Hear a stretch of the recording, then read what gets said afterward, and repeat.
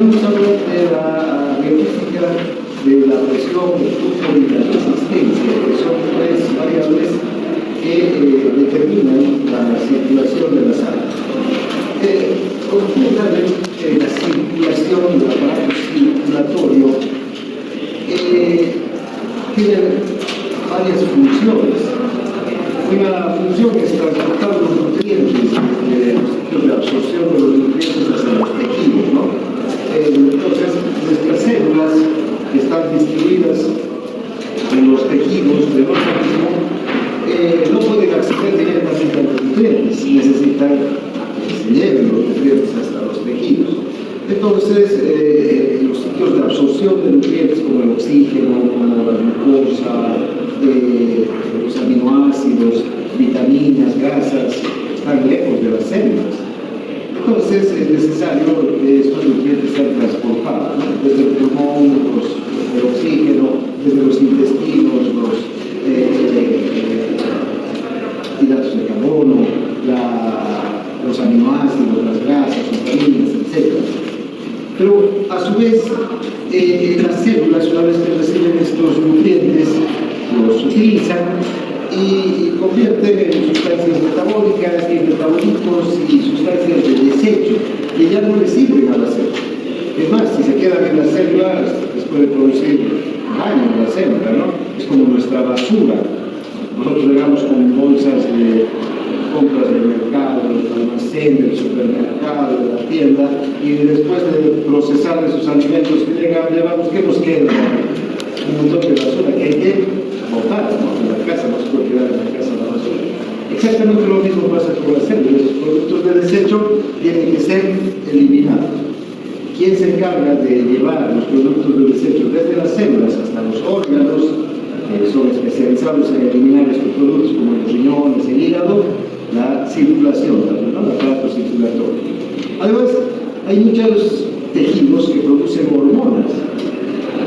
Casi todos los tejidos producen algún tipo de hormona, ¿no? Hay las glándulas como el páncreas, la tiroides, la hipófisis, producen hormonas que actúan en otros tejidos. Entonces, para que estas hormonas lleguen a los otros tejidos, tienen que ser conducidos, transportados. ¿Y quién se encarga del aparato circulatorio? Finalmente, el aparato circulatorio transporta agua, iones y otras sustancias que son esenciales para el mantenimiento de la homeostasis, es decir, para mantener los líquidos del organismo en condiciones casi constantes, en concentraciones casi constantes. Entonces, el aparato circulatorio cumple una función esencial, que cuando dejan de funcionar o tienen alteraciones, ¿quiénes van a sufrir? Las células, porque las células son las que se benefician directamente de esta función, ¿no? Bien, entonces, ahora, ¿qué características tiene el aparato circulatorio? El aparato circulatorio está, desde el punto de vista anatómico y funcional, dividido en dos porciones, ¿no? Una circulación sistémica y otra circulación pulmonar.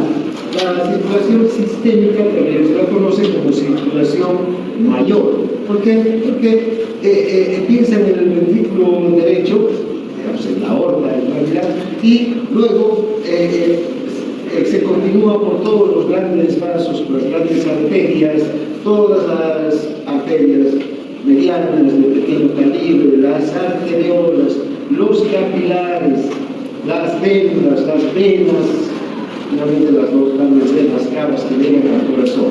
Y fíjense, toda esa estructura de vasos está distribuido por todos los sistemas del organismo. Esta circulación sistémica lleva la sangre oxigenada para las células de todo el organismo, ¿no? Por eso se llama circulación sistémica, porque lleva a todos los sistemas.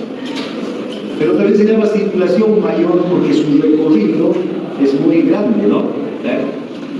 Empieza en la aorta, recorre hasta la punta de los pies y vuelve hasta el corazón, nuevamente a través de las caras, ¿no? Entonces todo. Luego tenemos la circulación que está de aquí lo estoy apuntando con aquí ahora sí. Esta, entonces, ¿ven? Por aquí empezaría la circulación sistémica, recorre todos los sistemas, pulmonar, sistema digestivo, sistema muscular, sistema óseo, sistema digestivo, su sistema renal, todos los sistemas. Y luego vuelve por las venas hacia la aurícula venosa, ¿no? La otra circulación, la circulación menor, empieza en el ventrículo derecho y en la arteria pulmonar, básicamente, y se dirige hacia los pulmones. Aquí la arteria pulmonar se divide en dos arterias, la pulmonar izquierda, la derecha, más pequeñas, bronquiales, las arterias bronquiales, luego las arteriolas, también estas arteriolas capilares, alveolares, los capilares en vénulas, después de las vénulas siguen las venas bronquiales, las venas pulmonares y finalmente las dos venas pulmonares deben bajar nuevamente al corazón, a la izquierda. Entonces, esta circulación se llama circulación pulmonar porque lleva la sangre rica en dióxido de carbono y pobre en oxígeno hacia el pulmón para que aquí se elimine el dióxido de carbono y se nuevamente la sangre se cargue con oxígeno para ir hacia los tejidos. Entonces solamente va hacia el pulmón, por eso se llama circulación pulmonar, ¿no? También se llama circulación menor porque su recorrido es pues muy corto, va a los pulmones y vuelve de los pulmones, nada más, ¿no? Estas dos circulaciones, sin embargo, son importantes y cada una cumple una función muy diferente. Bien, aquí también podemos ver la circulación sistémica, que es en este dibujo, la circulación sistémica se muestra más extensa, ¿no? En cambio, la circulación pulmonar apenas va a los pulmones y vuelve a los pulmones. Bien, ahora, ¿cómo están compuestas cuáles son los componentes funcionales de la circulación? Tanto en la circulación mayor o sistémica como en la circulación menor o pulmonar vamos a tener los mismos componentes: arterias, arteriolas, capilares, vénulas, venas. Cada una de estas estructuras cumple una función específica y tiene una estructura también específica, ¿no? Las arterias transportan sangre a gran presión. Las arterias soportan grandes presiones. Ni bien sale la sangre del ventrículo izquierdo, por ejemplo, hacia la circulación mayor, la presión en las arterias, en la aorta, las arterias grandes de los diafragmas es de 100 milímetros de mercurio, la presión media, la presión muy elevada. Para esto, las arterias tienen una capa elástica, una capa fibrosa, muy resistente y una capa muscular también, ¿no? Muy fuerte, además un endotelio. Luego están, ya después de las arterias, las arteriolas. Las arteriolas prácticamente son pequeñas arterias que están llegando hacia los tejidos. Y aquí,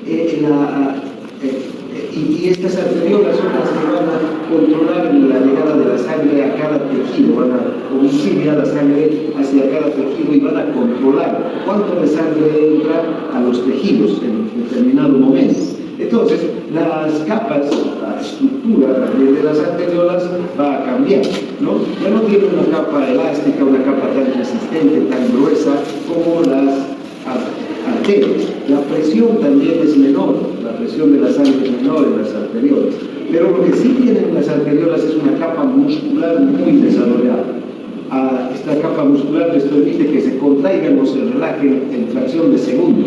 Una arteriola se puede contraer y disminuir el flujo sanguíneo hacia un tejido, o se puede dilatar y aumentar enormemente el flujo sanguíneo hacia un tejido. Por ejemplo, ustedes están en este momento sentados en reposo, sin una actividad física.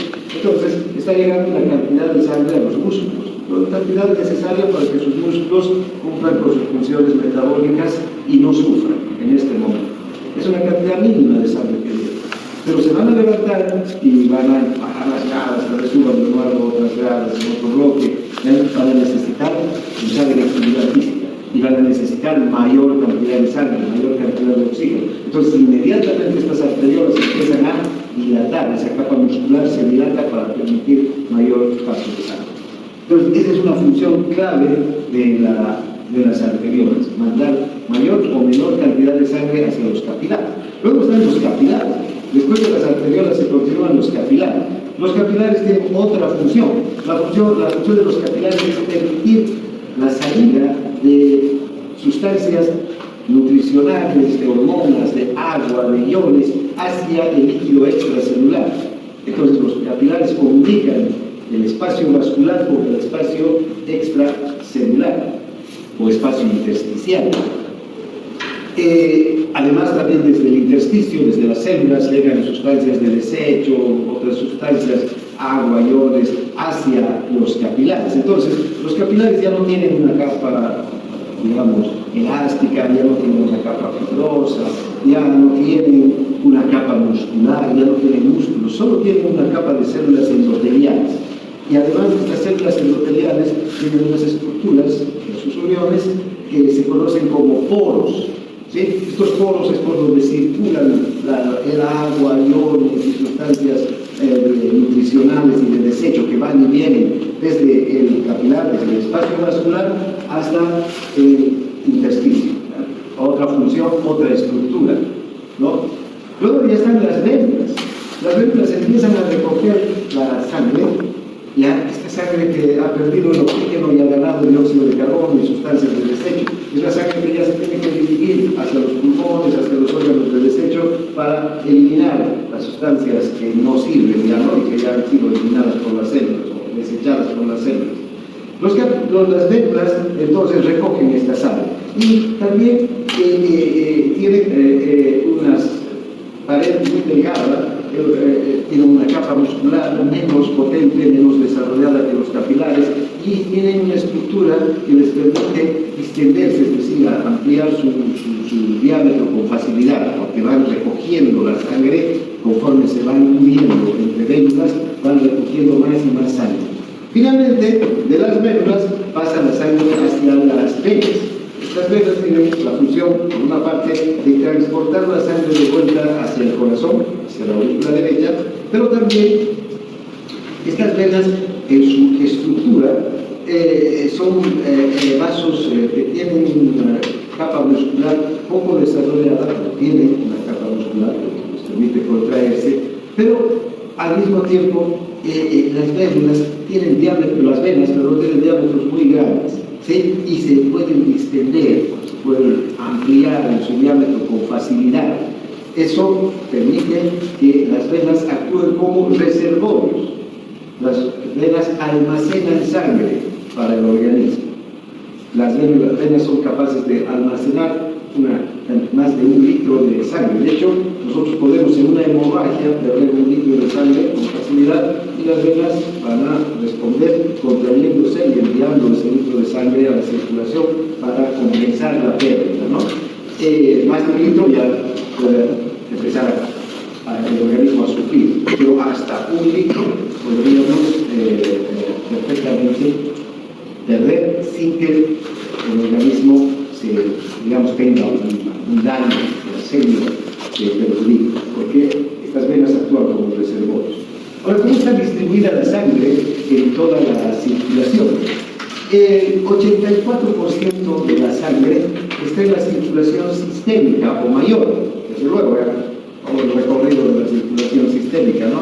Y solo el 16% de la sangre está en la circulación menor o pulmonar. Además, también podemos ver cómo están distribuidos estos porcentajes de sangre en los distintos componentes del sistema circulatorio. El 13% de la sangre está en las arterias. ¿Cuánto de sangre tenemos? Un promedio de 5 litros. ¿Sí? Esa es la cantidad de sangre que tenemos, 5 litros. Unos organismos más, otros menos, pero alrededor de 5 litros. Entonces, ese 13% indica que alrededor de 700 mililitros, de 1 litro de sangre, de los 5 litros, están en las arterias, ¿no? Ahora, el 7% están en las arteriolas y en los capilares sistémicos. Si sumamos este 13% más 7%, tenemos un 20%, un litro. Entonces, 1 litro de la sangre, de toda la sangre, de los 5 litros que tenemos, están entre los capilares, entre las grandes arterias medianas, ¿no? Pequeñas arterias, arteriolas y capilares. Y el 64% de la cantidad de sangre, más de 3 litros, están en las vénulas y en las venas. Esto nos muestra la capacidad que tienen las venas para almacenar, para tener sangre, ¿no? Esa es una función esencial de las venas en nuestro organismo. Y en la circulación menor o pulmonar, podríamos ver que el 16% está entre el corazón, en realidad, y los pulmones, ¿no? Un 7%, pequeña cantidad de sangre, está en el corazón en cualquier momento de la circulación, ¿no? Son esos volúmenes de los que hemos estado hablando, de receptores, de están en el corazón en un determinado momento. En especial los dos volúmenes diastólicos. Y el 9% en la arteria pulmonar, las arterias bronquiales, los capilares pulmonares, las venas bronquiales y las venas pulmonares. Poca sangre que tenga circulación menor. Ahora, ¿cuál es la velocidad de los flujos sanguíneos? Si medimos la velocidad con la que la sangre circula por nuestro organismo, podemos ver que en la aorta va a tener, digamos, la mayor velocidad. Y esto se debe a que la aorta tiene el área o superficie transversal más pequeña, ¿sí? ¿Qué es el área o superficie transversal? Si ahora hacemos un corte en la aorta, esta es la arteria, y hacemos un corte en la arteria, ¿verdad? Cortamos, hacemos una sección de la arteria. Esta superficie, toda la superficie transversal, es de 2.5 centímetros cuadrados, ¿sí? Es área, entonces se mide en centímetros cuadrados. Es la superficie transversal más pequeña. Eso permite que la sangre circule a una velocidad de 33 centímetros por segundo en la aorta, una gran velocidad. Ahora ven ustedes, las superficies transversales de los distintos vasos van a ir variando, ¿no? Por ejemplo, las pequeñas arterias tienen una superficie transversal de 20 centímetros, mucho más que la aorta. Ahora, ustedes dirán, pero si son pequeñas arterias, ¿cómo es posible que tengan una superficie transversal mayor que la aorta? Entonces, ¿cómo se mide la superficie transversal de los vasos? No se mide por unidad, ¿sí? En el caso de la aorta sí, porque hay una sola aorta, ¿sí? Pero pequeños vasos, pequeñas arterias, hay muchas. Entonces, si ponemos cada una de las pequeñas arterias en su superficie transversal, las juntamos, cortadas, ¿no? Y están unidas unas con otras, entonces vamos a tener una superficie transversal de 20 centímetros cuadrados, ¿sí? Ahora, las arteriolas tienen una superficie transversal aún mayor, 40 centímetros cuadrados, el doble de las pequeñas arterias. Y los capilares tienen una superficie transversal de 2.500 centímetros. Es la mayor superficie transversal, porque tenemos 10 millones de capilares distribuidos por el organismo, ¿sí? Los capilares están entre las células, ¿no? Son tan delgaditos que solamente atraviesa un glóbulo rojo a través de la luz del capilar.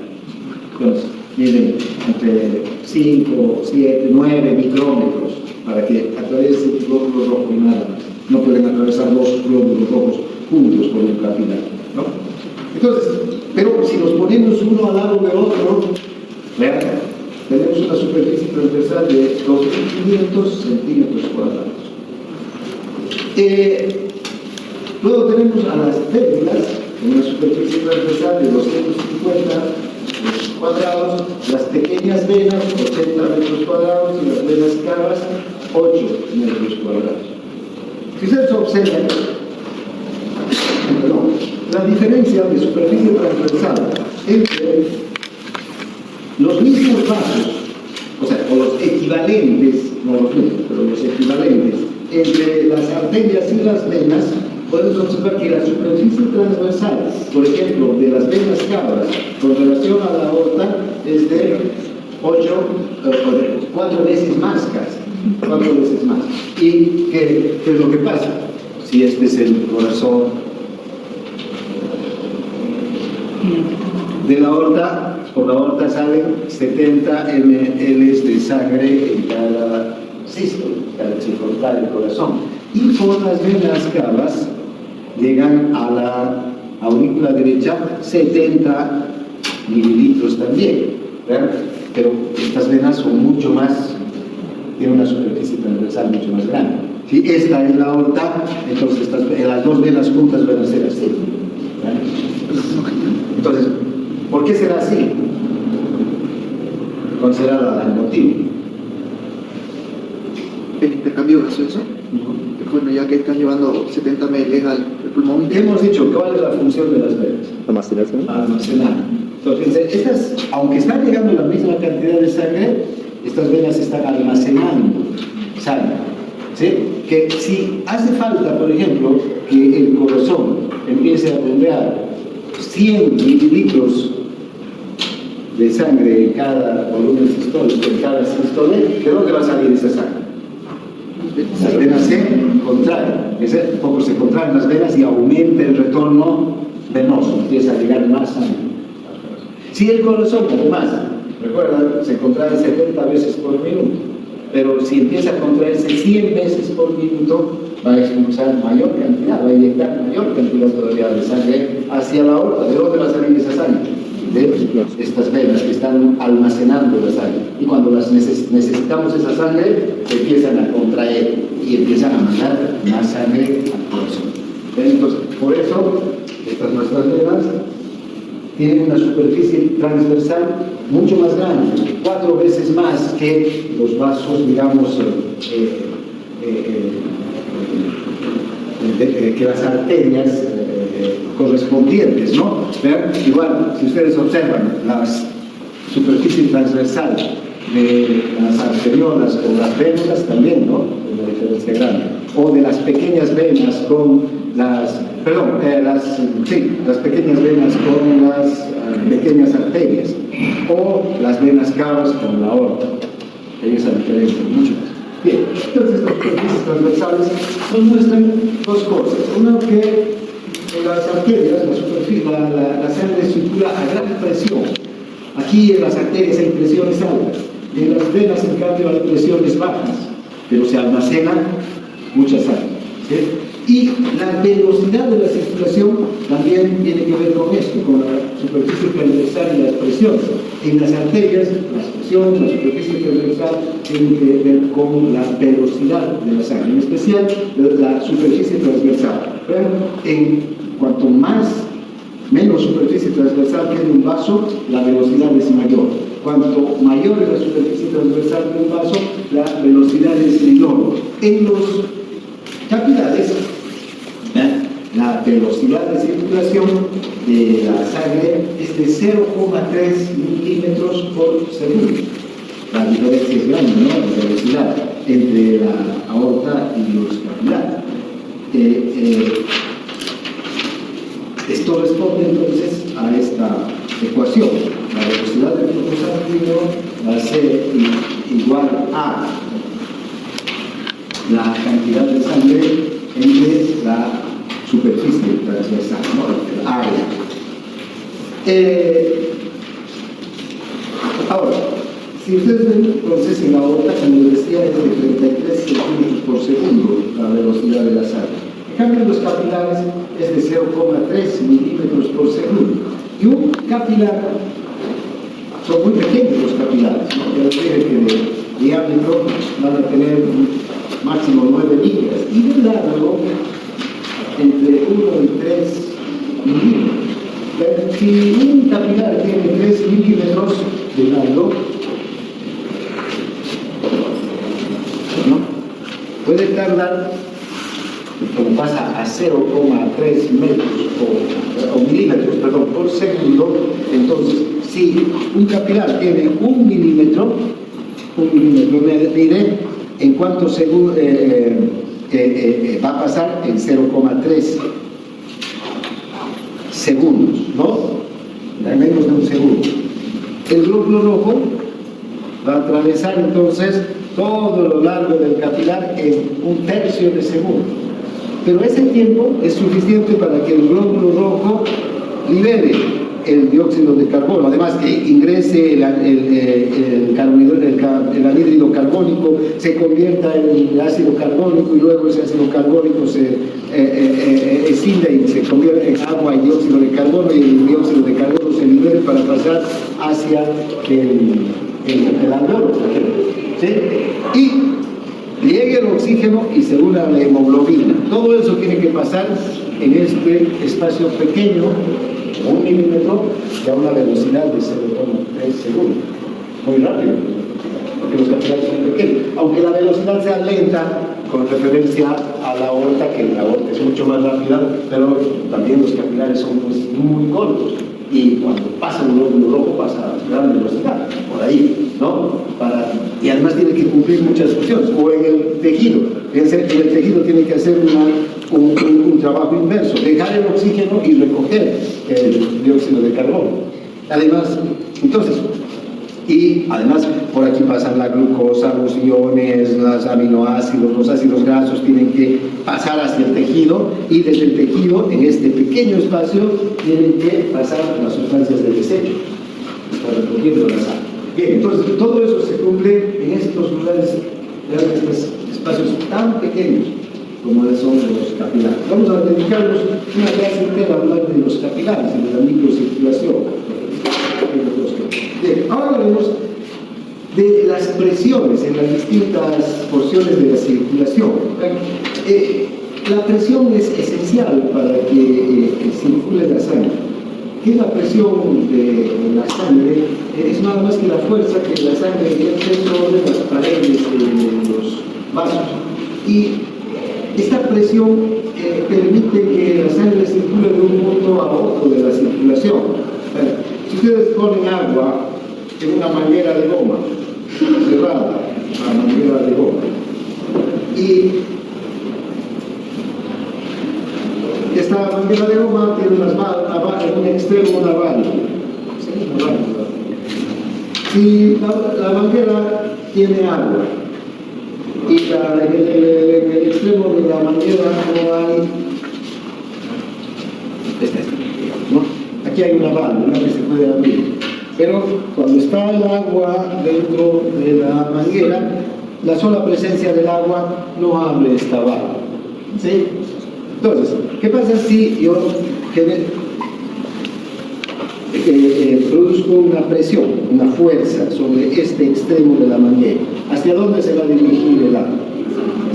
Hacia este lado, donde no hay presión. Entonces, siempre un líquido o un gas también circula de un lugar de mayor presión a uno de menor presión.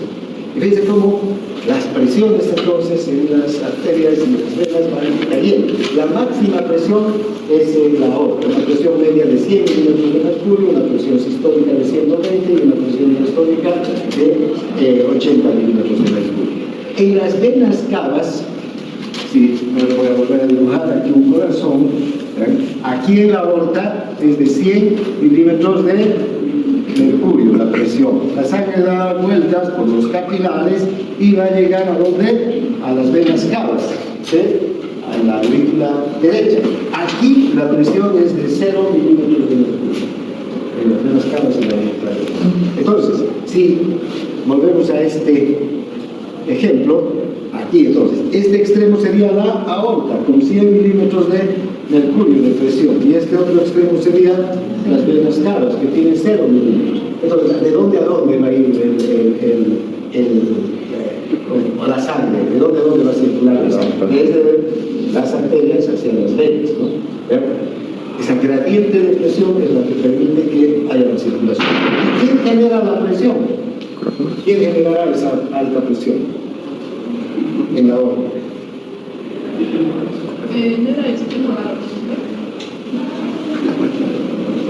¿Quién será? El corazón y cuando tapa la válvula. ¿Quién? El corazón y la válvula. El corazón, recuerden ustedes que en cada sístole el corazón genera una presión desde 0 milímetros de mercurio hasta 120 milímetros de mercurio. El ventrículo entonces es el encargado de generar presiones. Por eso cuando se para el corazón, la presión también cae y la circulación de la sangre ya no va más, ¿sí? Porque si la presión se mantuviera, la sangre saldría independientemente del corazón. Pero ¿cuál sería el mecanismo para mantener la presión? Es la bomba. La fuerza que genera la sístole va a hacer que la sangre genere una presión enorme dentro del ventrículo, se abra la válvula y la sangre sale hasta la circulación. Bien, entonces ahora vean cómo las presiones van a ir cambiando, ¿no? En las distintas partes de la circulación. En la otra es una presión media de 100 milímetros de mercurio, en las cavas 0 milímetros de mercurio, en los capilares unos 17 milímetros de mercurio, porque las arteriolas tienen unos 35 milímetros de mercurio y las venas unos 10 milímetros de mercurio. Entonces, las arteriolas con los capilares están entre arteriolas y venas. En el lado de la circulación pulmonar también hay presiones, digamos, estas características de las diferencias de presiones que son iguales, pero una presión mucho menor. En la circulación pulmonar la presión es un sexto de lo que es la presión en la circulación sistémica. En la presión media de la arteria pulmonar es 16 milímetros de mercurio, y la presión sistólica 25 y la presión diastólica 8 milímetros de mercurio. Entonces son presiones mucho más bajas, porque la sangre tiene que recorrer distancias cortas, ¿no? Al pulmón y al pulmón, nada más. Cuando en la circulación sistémica tiene que beneficiar a todos los tejidos. Y los capilares, los pulmonares, tienen una presión media de 7 milímetros de mercurio. Ven, por ejemplo, esta gráfica que nos muestra cómo las presiones van cambiando en las distintas presiones, en los distintos componentes de la circulación, ¿no? En la aorta tenemos una presión media de 100 milímetros de mercurio, una sistólica de 120, una diastólica de 80, sístole, diástole, ¿no? Durante la sístole se generan los 120, durante la diástole cae a 80 porque se cierran las válvulas aórtica, la válvula aórtica, pero a medida que va bajando la sangre por las arterias, va cayendo la presión. Como en las arteriolas, ya a nivel de las arteriolas la presión está a unos 35 milímetros de mercurio. Luego, al entrar a los capilares, la presión cae más todavía. La presión media del capilar puede ser de 17 milímetros de mercurio. Y al salir la sangre del capilar, ya para entrar a las venas, la presión es 10 milímetros de mercurio. Y luego, en las venas va cayendo más hasta llegar a las grandes venas, ¿no? Hacia las cavas, que va a ser ¿cuánto? 0 milímetros. Entonces, esta gradiente de presión hace que la sangre circule. Una cosa interesante que se puede observar es que en el capilar, ya les decía, un capilar mide 1 milímetro, o hay capilares más largos que pueden medir hasta 3 milímetros, ¿sí?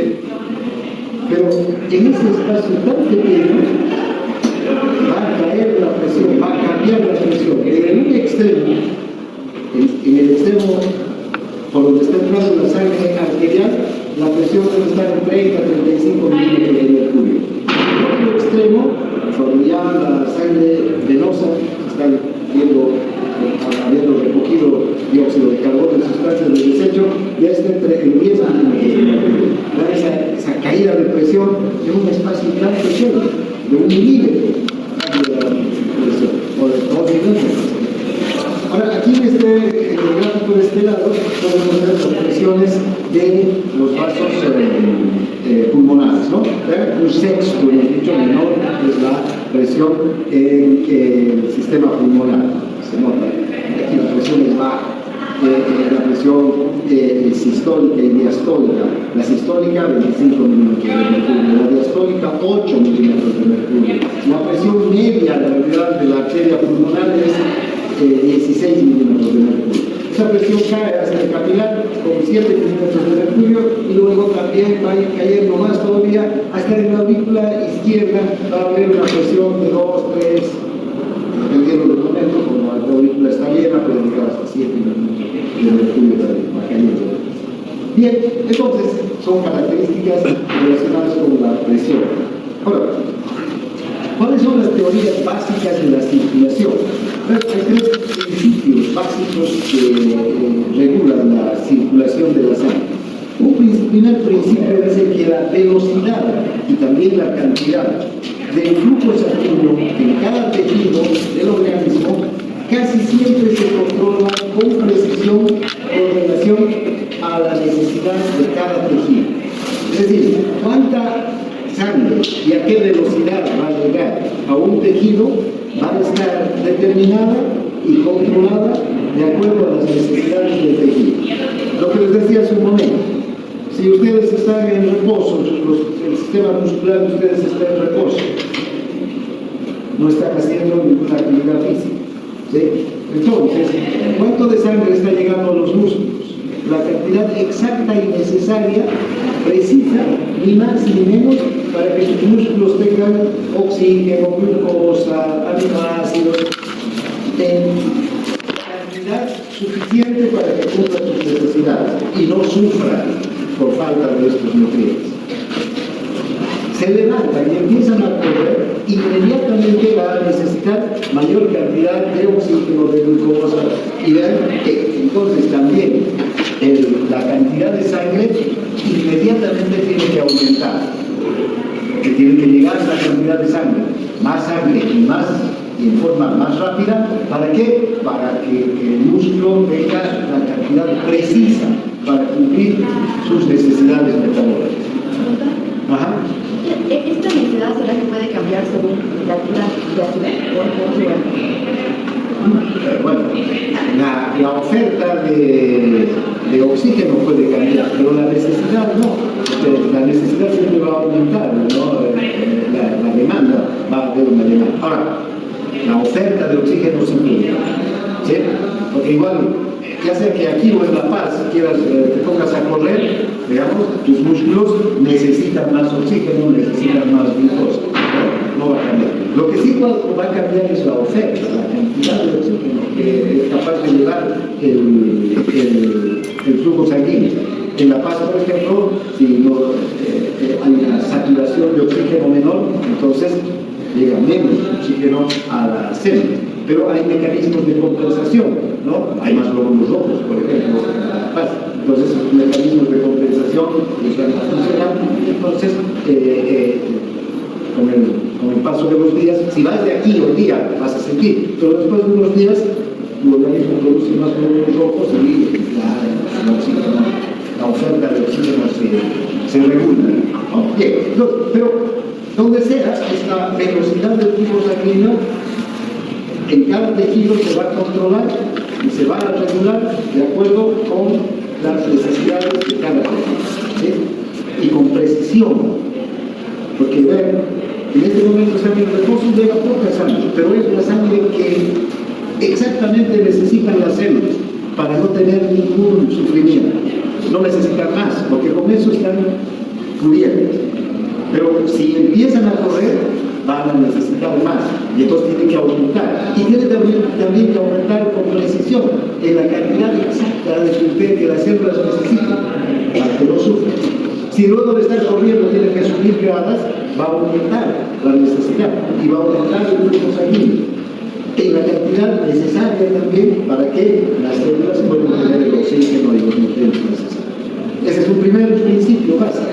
Un segundo principio es que el gasto cardíaco, es decir, la cantidad de sangre que pasa por la aorta, que sale del corazón a la aorta en cada minuto, se controla por la suma de todos los flujos locales, los flujos tisulares locales. ¿Qué quiere decir esto? Que vean, en este momento hay en reposo, los corazones de ustedes están operando 5 litros por minuto hacia la aorta. Esos 5 litros se distribuyen entre todos los tejidos, ¿no? Todos los tejidos que están en reposo en este momento están recibiendo 5 litros, un porcentaje de esos 5 litros. Un poco se va al cerebro, otro poco se va a los músculos, otro poco se va al corazón, otro a los riñones, al intestino, ¿no?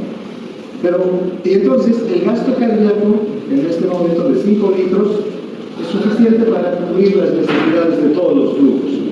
Pero, ¿qué pasa si empezamos a entrar en actividad, a correr? ¿Qué va a necesitar mayor cantidad de sangre? Los músculos. Entonces va a aumentar el flujo hacia los músculos. Va a necesitar más sangre también en el cerebro para estar atento, todo el sistema nervioso para transmitir estímulos por los nervios. Entonces va a necesitar más flujo. Por otro lado, el corazón va a empezar a latir y a contraerse más rápido. Va a necesitar más flujo. ¿Verdad? Y entonces, esos 5 litros que en ese momento satisfacían las necesidades de todos los tejidos ya son insuficientes. Entonces tiene que aumentar este gasto cardíaco. Tendrá que aumentar a 7, a 10 o hasta 13 litros en un esfuerzo máximo que hacemos, ¿no? Se puede duplicar el gasto cardíaco.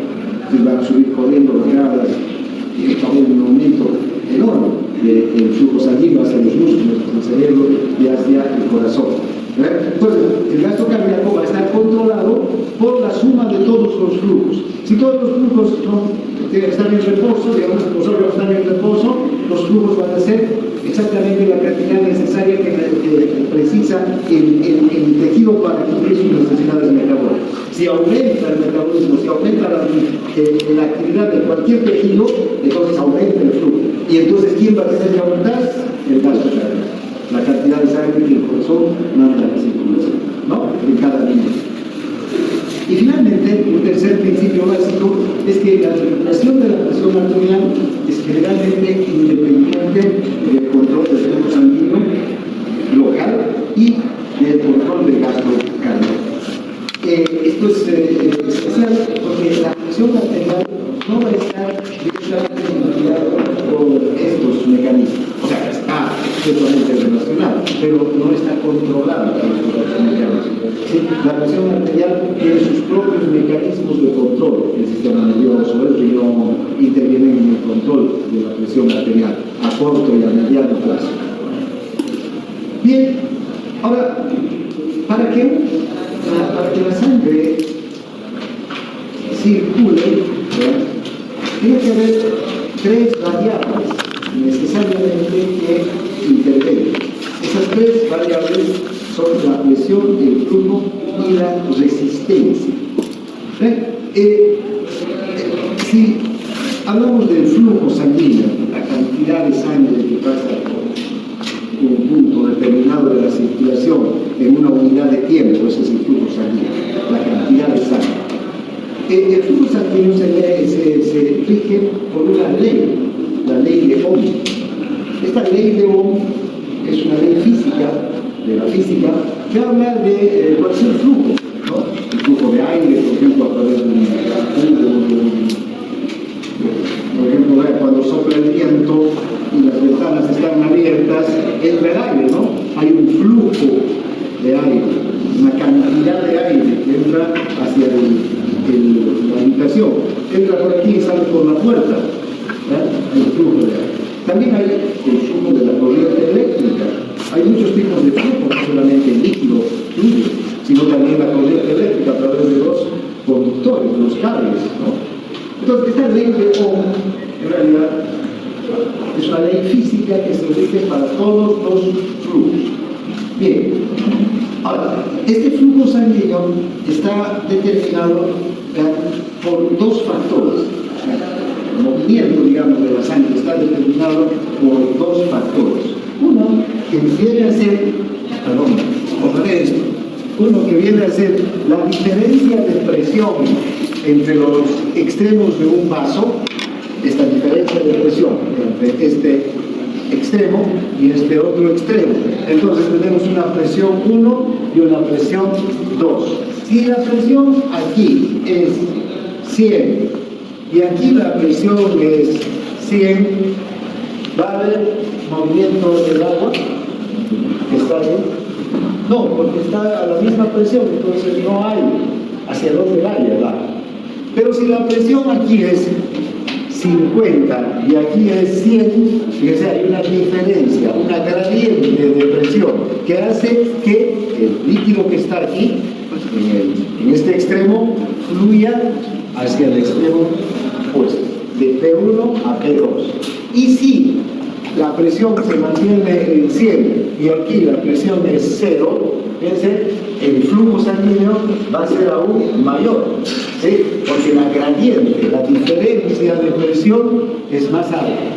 Cuanto más alta entonces es esta diferencia de presión, la sangre fluye con más rapidez y en mayor cantidad, de un extremo a otro. Entonces, ese es un, digamos, factor importante para recordar en cuanto al flujo. Por otro lado, también puede haber impedimentos que el flujo sanguíneo encuentre en el vaso. Estos impedimentos, vean, puede ser que este vaso esté colapsado aquí, ¿no? Pero primero, colapsado. Fíjense, el flujo va a estar viniendo y va a chocar la sangre con este obstáculo. Por eso dice impedimentos, obstáculos, barreras para el flujo. La sangre está circulando y va a chocar. Y entonces va a tener que se va a tener que adelgazar, digamos, el espacio por el que va a pasar la sangre. Entonces va a disminuir el flujo sanguíneo que está viniendo desde aquí hasta aquí, ¿no? Por otro lado, también podría aumentar digamos, este obstáculo. Y ven, si queda solamente libre esta parte para circular, va a circular con menos facilidad, el flujo va a encontrar un obstáculo. ¿Sí? Cuanto menos obstáculos encuentre el flujo, mayor cantidad de sangre va a atravesar el vaso, ¿no? Ahora, estos obstáculos pueden estar, y se dan en la circulación, pueden estar determinados por diferentes factores. Pero el principal obstáculo que encuentra el flujo en los vasos se conoce como resistencia vascular. ¿Qué es la resistencia vascular? Vean, no es nada más que los cambios en el diámetro que tiene un vaso. Un vaso, si tiene un diámetro, ¿no?, de este calibre, fíjense, va a permitir, por decir, el paso de una unidad, digamos, de sangre. ¿Sí? Un vaso que tenga un diámetro mayor va a permitir que pase más sangre. Este diámetro es mayor, entonces va a pasar mayor cantidad de sangre. Y si hay un vaso que tiene un diámetro menor, va a pasar menos cantidad de sangre. Después vamos a hablar, este flujo que pasa a través del diámetro de un vaso, está determinada por otra ley, ¿sí? La ley de la cuarta potencia se llama esa, o ley de Coulomb, ¿sí? Que dice que cuando un vaso o cualquier cubo, ¿no?, aumenta su diámetro al doble, no va a pasar el doble del flujo, sino va a pasar 16 veces más flujo sanguíneo. Es la ley de la cuarta potencia. Entonces, pequeños cambios entonces en el diámetro de un vaso permiten que aumente o disminuya enormemente el flujo sanguíneo. Entonces, esta resistencia vascular se refiere entonces a los cambios que se dan en el vaso. Y normalmente, excepto los capilares que no tienen capa muscular, todos los vasos después se pueden contraer, porque tienen una capa muscular. Cuando se contraen, hay una disminución de la luz. Y cuando se dilata, aumenta el paso, aumenta la luz y aumenta el diámetro y aumenta el flujo sanguíneo. Entonces, cuando hay una vasoconstricción, hay una disminución del flujo. Cuando hay una vasodilatación, hay un aumento del flujo. Entonces, esta resistencia vascular se refiere a esos cambios que se dan en la luz del vaso. ¿Cuáles son los componentes de la circulación que producen mayor resistencia vascular? Son las arteriolas. Les decía hace un momento que las arteriolas son capaces de cambiar su diámetro de un segundo a otro. Un segundo están muy dilatadas y luego muy contraídas. Entonces, cuando se contraen, el flujo ya no puede pasar como estaba pasando antes. Estaba pasando una gran cantidad de flujo, se contrae la arteriola y ahí hay un obstáculo, un impedimento al flujo. ¿Está claro? Entonces, son factores que van a participar de las características del flujo sanguíneo. Entonces, es igual que el flujo, que es la resistencia vascular, pero la periférica, pues. no, claro, se llama resistencia vascular periférica. Todos los vasos, excepto los capilares, pueden contraerse y todos los vasos presentan resistencia vascular. ¿Cuál es la resistencia vascular periférica? La de los capilares. ¿Por qué se llama periférica? Porque los capilares están en la periferia, en los órganos que hay en los lugares más alejados de la circulación. Pero no los capilares, las arteriolas. ¿Sí? Las arteriolas están en la periferia. En los capilares no, pero las arteriolas se contraen y se relajan con facilidad. Entonces, la resistencia vascular periférica está dada por los capilares, los capilares, los esfínteres capilares, las arteriolas, las metaarteriolas, no los capilares, ¿ya? Bien. Entonces, ahora, vean, cuando hablamos de flujo sanguíneo, entonces está determinado por esta ley, la ley de Ohm. La ley de Ohm tiene una fórmula matemática. Dice que el flujo es igual a la diferencia de presión dividido entre la resistencia. Esta ley, esta fórmula matemática, lo que nos muestra y nos explica es que cuando aumenta, primero, que el flujo es directamente proporcional a la diferencia de presión, ¿sí? Es directamente proporcional. Y que el flujo es inversamente proporcional a la resistencia.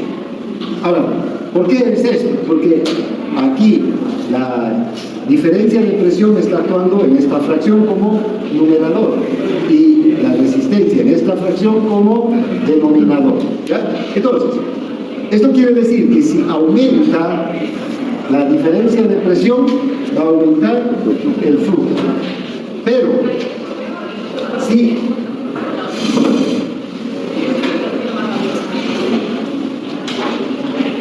aumenta la resistencia, ¿qué va a pasar con el flujo? Va a disminuir, porque es inversamente proporcional, ¿no? Ahora, si aumenta la diferencia de presión, aumenta el flujo. Si aumenta la resistencia, disminuye el flujo. Si disminuye la presión, disminuye el flujo. Si disminuye la resistencia, aumenta el flujo. ¿Está claro? Podemos también graficar mejor. Es decir, si aquí, lo que les decía hace un momento, la diferencia de presión es, aquí hay 100 milímetros de mercurio y aquí hay 50 milímetros de mercurio, ahí la diferencia de presión es 50 milímetros. Si aumenta la presión o la gradiente, ahora aquí hay 100, la diferencia de presión es 100, aumenta la diferencia de presión y va a aumentar el flujo sanguíneo. ¿Sí? Si disminuye a 80, la diferencia de presión aquí es 80, aquí la presión 80 y aquí 100, la diferencia ¿cuánto va a ser? 20, va a disminuir y va a disminuir el flujo. Lo mismo con la resistencia. Si hay una contracción, ¿qué ocurre? Aumenta la resistencia.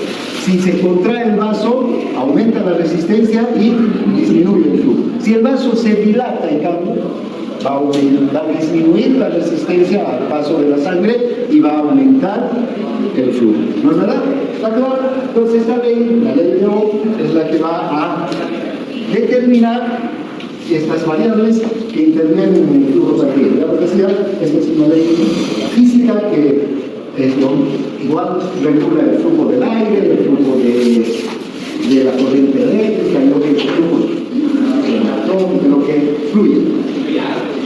Bien, entonces, ¿qué es el flujo sanguíneo? No es nada más que la cantidad de sangre que atraviesa un punto de la circulación en un periodo determinado de tiempo. ¿Y cómo se mide el flujo? Se puede medir por milímetros por minuto, por litros por minuto, por mililitros por segundo. Por ejemplo, el flujo que atraviesa la aorta, que conocemos como gasto cardíaco, es de 5.000 mililitros por minuto o 5 litros por minuto, ¿no es verdad? En cambio, en los vasos más pequeños, como los capilares, ya lo vamos a medir en litros por minuto. ¿En qué se medirá? En mililitros por segundo, ¿no? Serían las medidas cuando también los vasos son más pequeños. Ya no vamos a medir los flujos por minuto ni en litros, sino en mililitros por segundo. Bien. Ahora, otra de las, si ustedes observan que la ley de Ohm dice que el flujo entonces es igual a la diferencia de presión por la resistencia. Ahora, el otro componente entonces de la circulación es la presión. ¿Qué es la presión arterial? La presión arterial no es nada más que la fuerza que ejerce la sangre sobre las paredes de las arterias. Si aquí está la sangre en una arteria, ¿sí? Contenida en una arteria, la sola presencia de la sangre en el líquido ejerce una fuerza sobre la superficie de las arterias. Fíjense, si yo aprieto esta parte de la botella vacía donde no hay agua, con facilidad la puedo hundir, pero aquí abajo ya es más difícil, hay una presión. Fíjense, entonces puedo apretar aquí y va a quedar, ¿no?, deformado esta parte de la botella, porque no hay una gran presión aquí arriba, pero aquí abajo, fíjense, inmediatamente aprieto y vuelve inmediatamente a su diámetro original. ¿Por qué? Porque la presión del agua, la fuerza que el agua está ejerciendo sobre las paredes, ¿no?, es grande. Entonces, cualquier líquido que está contenido en un recipiente ejerce una fuerza sobre las paredes del recipiente. En este caso, la sangre va a ejercer, como cualquier otro líquido, también una presión, ¿sí? Además, esa presión puede ser diferente en los diferentes componentes de la circulación, como hemos visto hace rato. Entonces, también la presión arterial se puede expresar mediante la misma ley de Ohm, con la misma ecuación, pero despejando la presión, ¿no? Entonces, si forma parte de los componentes de la circulación y despejamos para la presión esta ecuación, podemos decir que la presión arterial, ¿qué va a pasar aquí? Si quiero solamente quedar presión, el denominador de aquí va a venir a ser un multiplicador al otro lado, ¿no? Eso sabe por matemáticas, aritmética, no hay más que explicar. Entonces, la diferencia de presión va a ser igual a flujo por resistencia, los mismos componentes. Entonces, vamos a tener que en este caso la presión es directamente proporcional al flujo y la presión es directamente proporcional a la resistencia. Si aumenta el flujo, aumenta la presión. Si aumenta la resistencia, aumenta la presión. Si disminuye el flujo, disminuye la presión. Y si disminuye la resistencia, disminuye también la presión. ¿Sí? Porque están directos. ¿Cómo se mide la presión? Se mide en milímetros de mercurio o en centímetros de agua. En la presión de la sangre en realidad se mide en milímetros de mercurio. Otro tipo de presiones, por ejemplo la presión de los gases, que también se ejerce una presión, se puede medir en centímetros de agua. Pero ven, la presión arterial vamos a medir en milímetros de mercurio.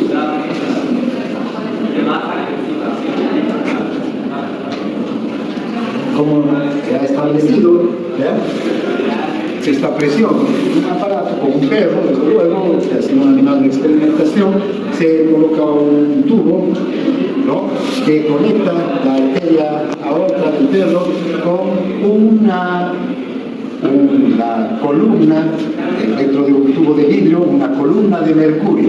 Esta columna de mercurio está graduada en milímetros, ¿no?, milimetrado. Entonces, este tubo, este catéter que está en el perro, tiene una válvula.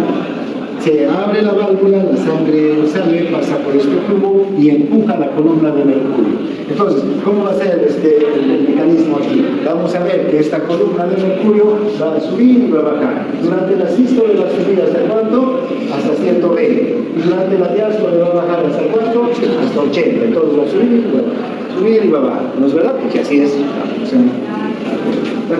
Ahora, nosotros ya no medimos la presión conectando un tubo al perro, ¿no? Hay un aparato que es el tensiómetro o espinomanómetro, también vamos a ver eso en la práctica, van a aprender a tomar la presión, que mide la presión de manera clínica, por fuera, tiene un principio para recoger la presión. Bien, entonces tenemos un minutito más, ¿ya no? Finalmente está la resistencia al flujo sanguíneo. Es el otro componente, ¿no?, que estamos viendo. La resistencia entonces es el impedimento. Todos los impedimentos. ¿Qué es lo que va a impedir que circule la sangre? Puede haber muchos impedimentos al flujo, pero en general podemos decir que está determinado por la resistencia vascular. Esta resistencia que hacen los vasos al contraer. Cuanto más se contrae un vaso, mayor resistencia hay. Cuanto menos se contrae un vaso, menos resistencia hay. También entonces la resistencia la podemos calcular a partir de la misma ley de Ohm, de la fórmula de flujo es igual a diferencia de presión por resistencia. Si despejamos entonces esta fórmula, nos vamos a quedar con que resistencia es igual a diferencia de presión dividida entre flujo. Aquí también vamos a ver que la resistencia es directamente proporcional a la diferencia de presión e inversamente proporcional al flujo. Si aumenta la presión, ¿qué va a pasar? Aumenta la resistencia. Si aumenta el flujo, disminuye la resistencia. Si disminuye la presión, disminuye la resistencia. Si aumenta el flujo, aumenta o disminuye la resistencia. ¿Está claro? ¿Sí? Ahora, ¿cómo se mide la resistencia? Se mide por unidades de resistencia periférica. Esta unidad de resistencia periférica se puede calcular a partir de dividir, se puede obtener, perdón, a partir de dividir milímetros de mercurio entre metros por segundo, mililitros por segundo, no metros, no mililitros por segundo. ¿Ya? Entonces, si la velocidad del flujo sanguíneo es de 100 mililitros por segundo y la diferencia de presión es 100 milímetros de mercurio, 100 va a ser igual a 1. Ese 1 es una unidad de resistencia periférica. Si todas las anteriores se contraerían al mismo tiempo, una resistencia periférica total, podríamos estar la resistencia hasta 4 unidades de resistencia periférica. Y si todas se relajan, podría disminuir la resistencia a 0,2 unidades de resistencia periférica. Entonces, normalmente vamos a tener estas unidades de resistencia periférica, una unidad de resistencia periférica que va a ser la normal, porque cuánto es la velocidad del flujo, la velocidad del flujo, 100 milímetros por segundo, y cuál va a ser la presión media, 100 milímetros de mercurio. ¿Está claro? Hasta aquí entonces estos componentes de la circulación. Nos vemos la próxima clase.